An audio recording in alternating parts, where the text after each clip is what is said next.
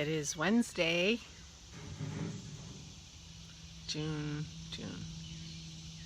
July 22nd,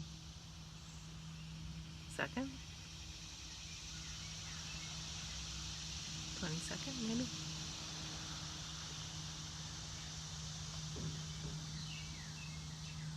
But it's Wednesday. I'm pretty sure it's Wednesday. I have my knit night tonight. Good morning. Thank you so much for all the wonderful feedback and comments and sweet things you've said to me. After my vlog yesterday, I really appreciate it. And I really appreciate you guys. Oh my gosh. So it's another clear, bright, sunny day, muggier than yesterday, not quite as lovely. Lots of cicadas. I heard our bird out here earlier. It's here somewhere. Just not talking at the moment. So, my knee. I woke up with my knee hurting today, which is not typical, so that's too bad. And I've been waking up with sinus headaches. Must be allergies. I mean, how, you know. I didn't get any airborne diseases, I can tell you. So must be allergies. I may have to self-medicate and double my dose of Claritin, which I take all the time. I think I may be slightly allergic to the dogs.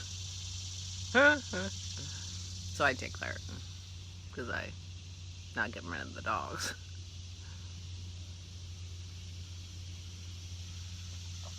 Oh. Anyway, so I don't think I'll be outside very much. Celeste asked to see my shawl, how it was going. So I thought I would show you since I don't have any idea what I'm going to talk about. I worked on my shawl yesterday. Finished up the color work. The final verdict on color work, it's not my thing. I didn't hate this as much as I hated knitting my Ravelry, but I didn't hate it when I made my hat after my class. I'm so sad that hat blew off my head. Because I really did like it, but I don't think color work's my thing. Now, I'm going to take my glasses off. They're glary. I love mosaic. I love mosaic knitting, so I think my color work from now on will be mosaic. And I bet I can put that in the Ravelry search under patterns to see. Here we go. Here's my shawl so far. Now I'm doing the worsted weight version, which is the Every Way shawl. And apparently this is a remake of her Everyday shawl, which is fingering. So if you like the idea of the shawl, and I got that off of Ravelry. Oh, guess what I found on Ravelry? Her last picture in Ravelry on the pattern page is her holding it out wide. So number one, you can see it's a rectangle, and number two, you can see where the buttons are. Not so clear where the button holes are, but the button holes are in the pattern. The pattern just says fold it in half and put buttons, you know, to match the button holes. I'm like, okay, well, I'm assuming it's you put the two short ends together. Because you can fold it like this. Yeah, a schematic would be good. But either way, I think I'm okay. Because the buttonholes are in the pattern. And that picture does tell me information, which is what I was looking for. So here we go. This is my main color. As you can see, I've started on the big section in the middle. I don't know if you can tell, but every 4 rows is a purl row. Purl bump. So now it's mindless knitting. And you can see I used that alternate yarn, which is, you know, kind of in the same color scheme, but I actually think I would like it better if I had been able to use my main color in this section. But I was really, I don't think I have enough. So there's my color work. I have one mistake I found later. I have the float in the front. I had two mistakes. I fixed one because I saw it a couple of rows later, but then I found one that I hadn't seen.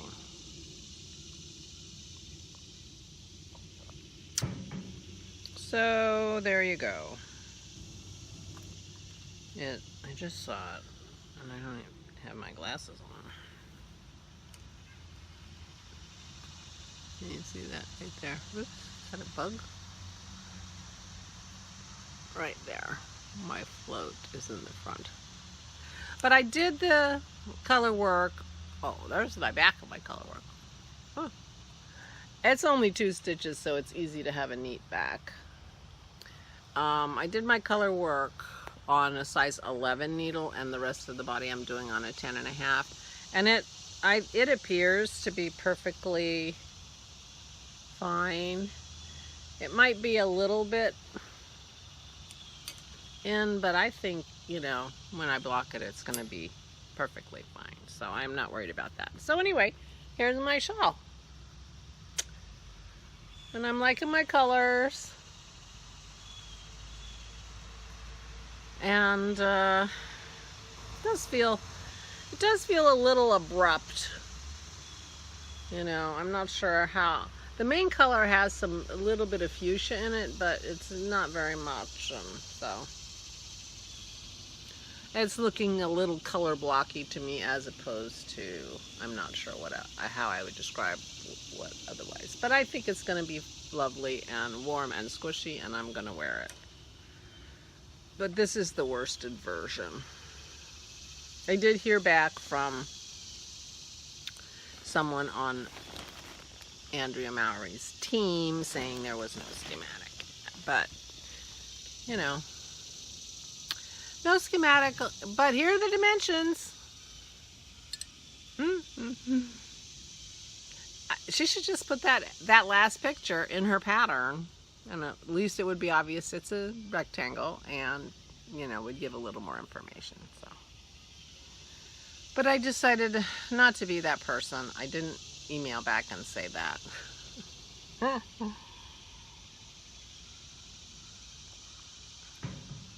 So I'm telling you, look at the last picture in the Ravelry page, and you will get more information.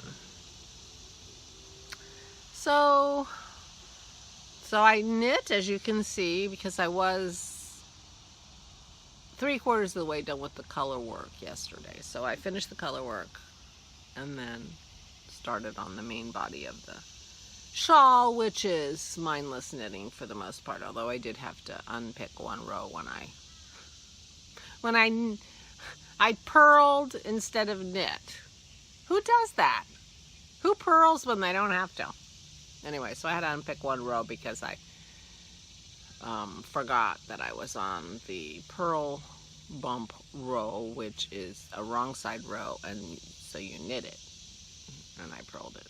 So, but other than that, because I was watching TV.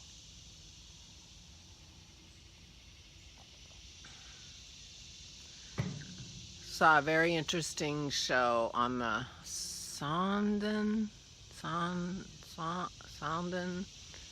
Civilization. I should look that up. Oh, maybe I'll link the show below so you can see. And maybe when I do that, before I edit, I'll put it here. Empire has a very interesting series called The Fall. Now I can't remember what it's called. It's like not the fall of civilization. It's the fall of empires or something like that. And he goes back in history and he talks about, and these are all, you know,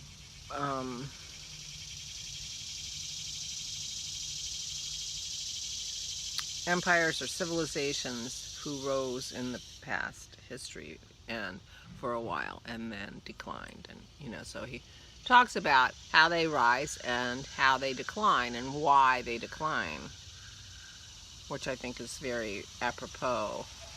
I feel like we're in a decline, we're declining. It's pretty clear from, that's one of the revelations we've gotten from COVID, is that our, you know, empire or whatever is on the decline. But anyway, so this is like the 6th or 7th one we've watched. He did one on the Mayans, he did one on the people of Easter Island, he did one on the Vikings in Greenland, which was very interesting too. And I forget what the other ones we've seen are, but this is an empire that was a sub-Saharan empire. There's a belt of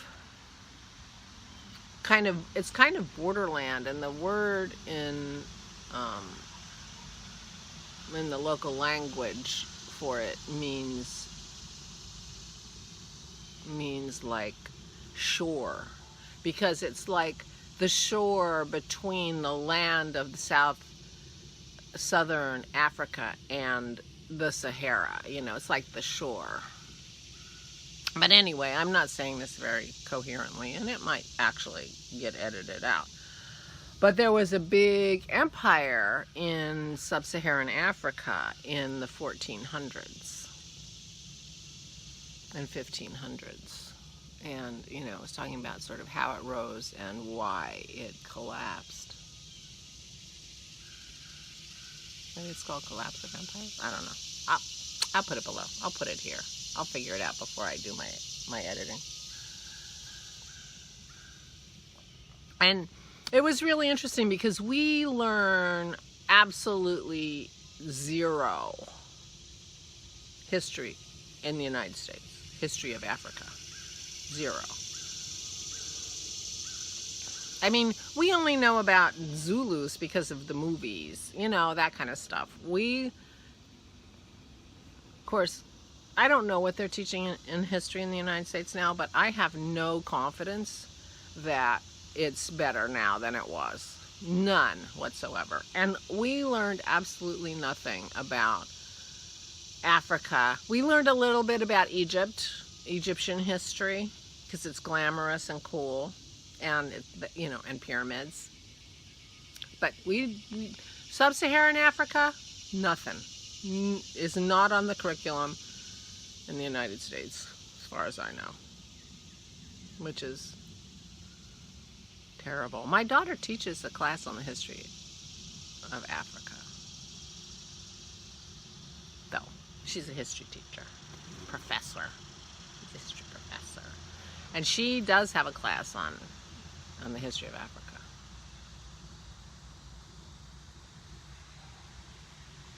But it was very interesting. It was very interesting. This whole series is really, really interesting. Oh, Angkor Wat. One of the shows was about Angkor Wat.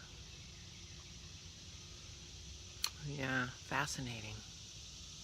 Fascinating, these, I was going to say ancient, but not all ancient. Some of them were more modern. I mean, this was in the 15th and 16th century. It's not ancient.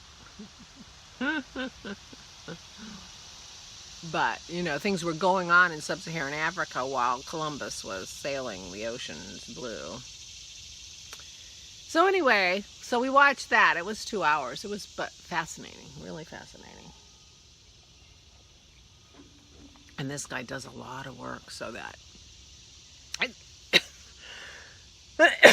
it's on YouTube, so he has videos and stuff, you know, so he has, you know, he works hard to make these into videos. I think these are podcasts that he has done audio podcasts on, but when you take an audio podcast where you're just talking about what happened in history in the 1400s, and then you move it to YouTube where you have to have video, It's a little tricky getting video from the 1400s, let me tell you. So anyway, he does a great job, and it was very fascinating. So we watched that. So I watched more TV yesterday than I usually do. But that was fascinating, and I'll put that down. If you're interested in history, because the other ones were really interesting too, you know. Because Dennis and I had talked about Easter Island, and I was trying to remember exactly what happened. And I could be getting this completely wrong because we watched it a little while ago, and my memory's not what it used to be. Well, not what it used to be 30 years ago. And we have, you know, talked about Easter Island in the past, and you know, we said, one of us said to the other, you know, who was the last guy that chopped down the guy who chopped down the last tree? Because Easter Island used to be completely forested back before man came. It was completely covered in forest. That's how they moved those big statues around and everything. They rolled them on logs and stuff. It was completely forested. Now they have no trees at all. No trees. Gone. You know, and we're like thinking, like, who, you know, who would be the person who chopped down the last tree? You know? Well, it turns out that's not how it happened. That's not how it happened. They didn't deforest it. The people didn't deforest it.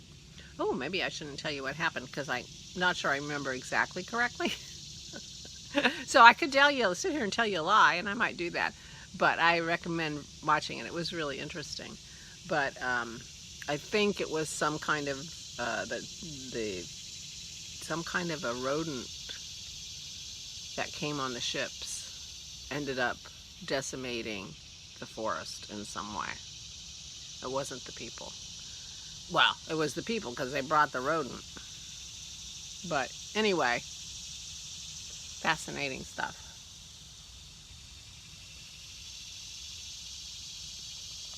And I knit and played some EverQuest with Dennis. Didn't die. I died 2 times the last time I played. I didn't die this time. It was fun. And then I just, you know, relaxed and tried to go to bed a little earlier. I had trouble falling asleep, but after that I was good. So I slept okay today. Not great. And, but I'm waking up with these weird sinus headaches. It has to be allergies. I can't possibly have like a sinus infection. Where would I have gotten a sinus infection? I hardly ever go anywhere, and when I go someplace, I cover my face. I don't know.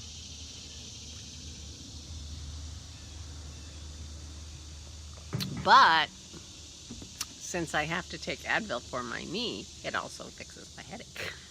Haha, 2 for 1. So that's good. Anyway, so I'm expecting a quiet day. I was not able to help Dennis walk the dogs yesterday, so that was too bad. And I'm not anticipating today's going to be much of a dog walking day. So today will be a sitting and knitting and, you know, taking it easy kind of day, as I usually have. Oh, I'm wearing earrings. I made these earrings many, many, many years ago, before I even started making lampwork beads. This was when I was in my seed bead stage of jewelry making. I hardly ever wear them. So I thought I'd wear them because I didn't plan my earring wardrobe before I went to bed last night. And I get dressed kind of in the dark. And my earring collection is not that easily accessible, so. And I have some idea. I want to show you earrings I made when I have a giant collection of earrings that, since I'm not making earrings anymore, I can wear again. My daughter used to buy me earrings all the time, and then one day she lamented, I can't buy you earrings anymore because you're making jewelry. I'm like, I'm sorry. She's bought me some really lovely earrings over the years. So I am going to have to organize my earrings now that I'm wearing earrings. I put my little ear wires in last night since I didn't wear earrings all day. I never ended up going upstairs. So I never put earrings in yesterday. So I put some in last night while I was sleeping. Just, you know, feel like this is a little bit of a new hole and I don't want to. I want to encourage it to stay open. And I've been really happy with how that turned out, to tell you the truth. It's been easy to just put my earring in. And that's good.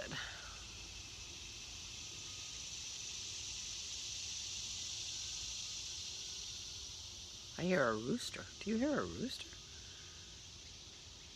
I have a neighbor with chickens, I guess. I think it's a neighbor on the other road behind, you know, so it's about a quarter mile as the crow flies. They have goats and chickens. I'm in the country. Yeah.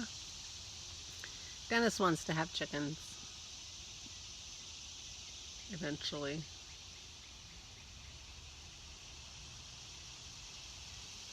I heard our bird earlier, but I am not hearing him now. But apparently he showed up in the middle of yesterday's video. But I didn't realize. But the cicadas are here for you. A little bit of a breeze, but I'm a little glowy again today. So it's kind of humid. It was clear all day. It looked great. And like at 9 o'clock, thunderstorm. And it rained. So my cushions were out here. They're drying. They got rained on. And Pearl was not happy, but she actually did really, really well, so that was good. Anyway, so I'm done for today. Ramble. I gotta go look up all that stuff about the end of civilizations. So I can put it in the down bar. And on the screen. Which means I've got to look it up pretty soon. And I don't know how I'm going to look it up because it just shows on my YouTube. And we watched it, so it's not going to show up anymore. But I'll try to find it. I may not have anything here, but if I didn't put anything on the screen, it'll be in the down bar. Anyway, if you're interested. They're long. Hour and a half, 2 hours. The one we watched yesterday was 2 hours. But pretty fascinating if you have any interest in history. Really fascinating. So I will say goodbye. Ramble. And thank you so much for joining me. And I hope you are all well and managing in this. Gotta be. In this time of Corona. And I hope wherever you live, things are going better for Corona. I know lots of people are in the United States where that's not happening, but lots of you are not. And I hope life is getting better. I hope it's getting better for us too, but I'm less confident.